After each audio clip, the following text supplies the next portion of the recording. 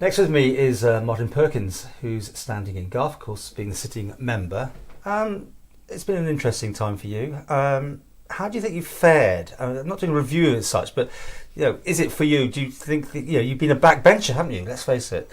Never moved up, never wanted to move up, or what happened there? Well, I've been a backbencher, but I've been looking after planning, which has been quite interesting, and also the Office of Fair Trading. So, being the chair of two fairly contentious you call them departments, is almost the responsibility of a minister, but not quite, obviously, because it's just chair of that. But I think I've done okay, Paul. I've enjoyed the being the cement, if you like, within Parliament and helping things get through that I believe that should get through, and not helping stuff that I don't believe should get through. Office of Fair Trading's been one of those things, though. I mean, the gas was under that initially, wasn't it? And that gas started out being an issue, but that was a leftover from the previous administration. The agreement was absolutely not fit for purpose, and of course that was recognised.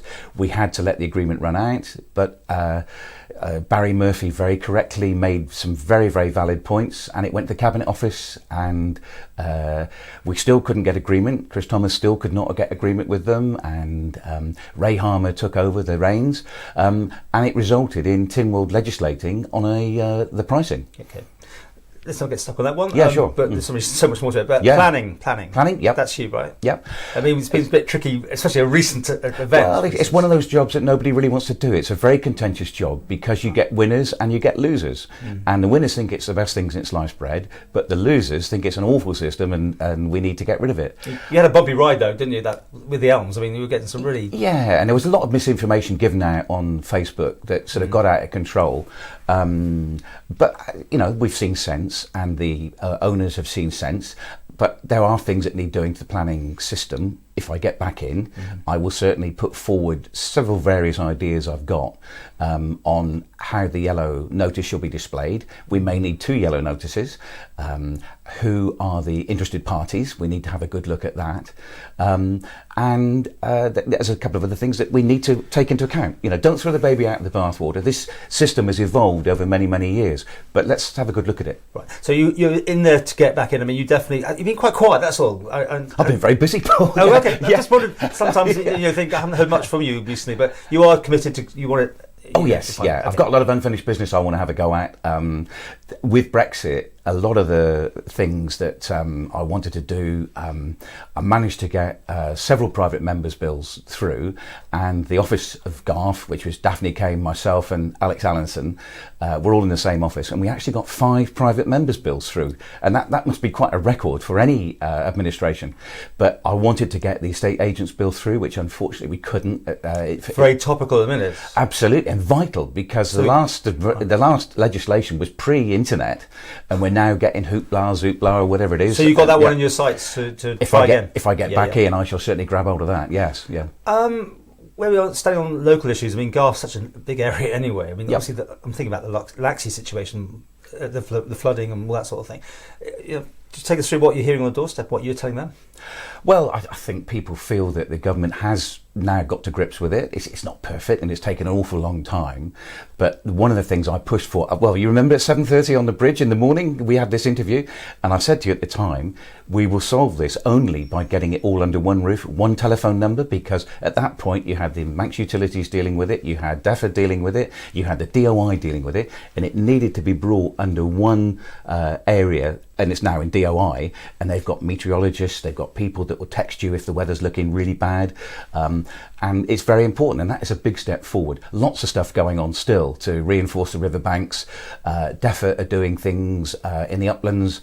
They're using these heather bales to try and leaky dams, so it slows the water down and spreads the hump of the rainfall coming down the valley over several hours rather than just minutes. The seawall is quite contentious, though, isn't it? The seawall, yeah. I think we've got to get the flooding right first, and the seawall will follow. But I mean, the seawall it applies to Ramsey. There's with global warming, we are facing some very serious challenges about that in the future, and I think Ramsey's got a difficulty because of the loss of car parking, things like that. But what's the loss of a few car parking spaces rather than people getting flooded out? National issues. Yep. I mean, you got that there, and you've mentioned things you want to do, though. other things that if you got back in, where do you see yourself I'd fitting in? certainly, well, I think to me the economy pays for everything, and we've got to really get to grips with the economy. The world economy's changed after Brexit and COVID. We need to look at what is happening and try and pick the winners for us to get on board with. Keep our economy diverse. We are relying heavily on the financial services and the internet gaming side of things, but let's see if we can give the engineering a boost. Which is your background, right? Yeah, they've had a real kicking because people aren't flying and they're not building new aircraft. So we need to see if we can help them diversify and get into other things. After that, health, obviously very important, and education. That's my three main priorities. Health. Let's see how this new Manx Care get on. The signs are good, but the proof of the pudding is in the eating. Let's see what they come up with. And my main thing on that is I'm finding on the doorstep a lot of people are in the queue for orthopedic operations, cataracts, that type of thing. And they need to get to grips with that. And the waiting list is just getting crazy, aren't they? Yeah. But they're talking about making some fast tracking. I've heard there's some fast tracking going on. So let's see if they can bring people into it. Great. Let's keep an eye on it. So being a backbencher, watching all the goings on with the shutdowns and all the COVID sort of thing, how were you sort of viewing that? Because you did get some intel sometimes, but you weren't really at the front of it, or were you? Backbenchers. At the beginning, we didn't. We were just told that that's what it was, and we had a presentation to the chief, and then you do the press conference, and then you find out. And your friend Henrietta Ewart, with a nice smile, Paul. We had some briefings from them, and latterly it got good. We had some input. But are you on side with them? That's what I was trying to find out. Would you have done things differently if you had been at that table? I don't think so. Mm-hmm. I think at the time we did it seemed pretty draconian, keeping people off island that had been on holiday that couldn't get back. But at that time, there was figures being bandied round. 1,600 people are going to die because we just didn't know what we're getting into. And they obviously looked at Italy and other areas that were having real problems. So everybody was, absolutely, totally in the dark as how we proceeded. But I think on the whole, we've gradually got to grips with it, and we're going forward. There's been a bit of a rumpus about the figures as we came out of COVID, but it had to happen. You cannot keep the borders shut down forever. We have to try and get back on an even keel.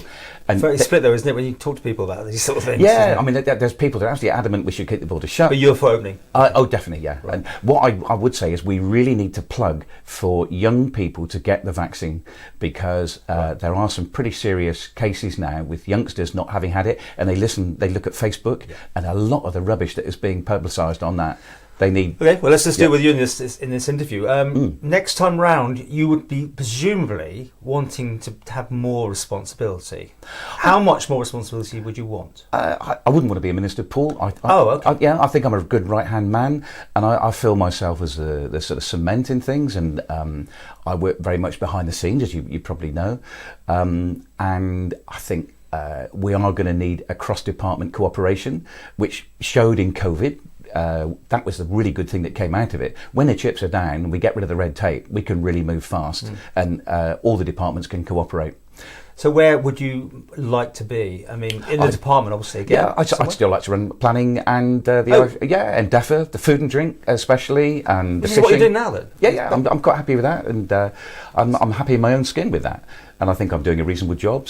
But it all depends on who gets in as chief minister. That's the thing, doesn't it? Well, it always comes out near the end of the interview, and I push people as much as I can. You, of course, being already in there, knows all the personalities. Yeah. And I kind of generally say it's going to be someone that's going to be in there already. So over to you. Who would you like as a chief minister? I think the front runners are Alex Allinson and Alf Cannon, without a shadow of doubt. Well, that's no surprise on what those answers. Yeah. I'm asking you who you want.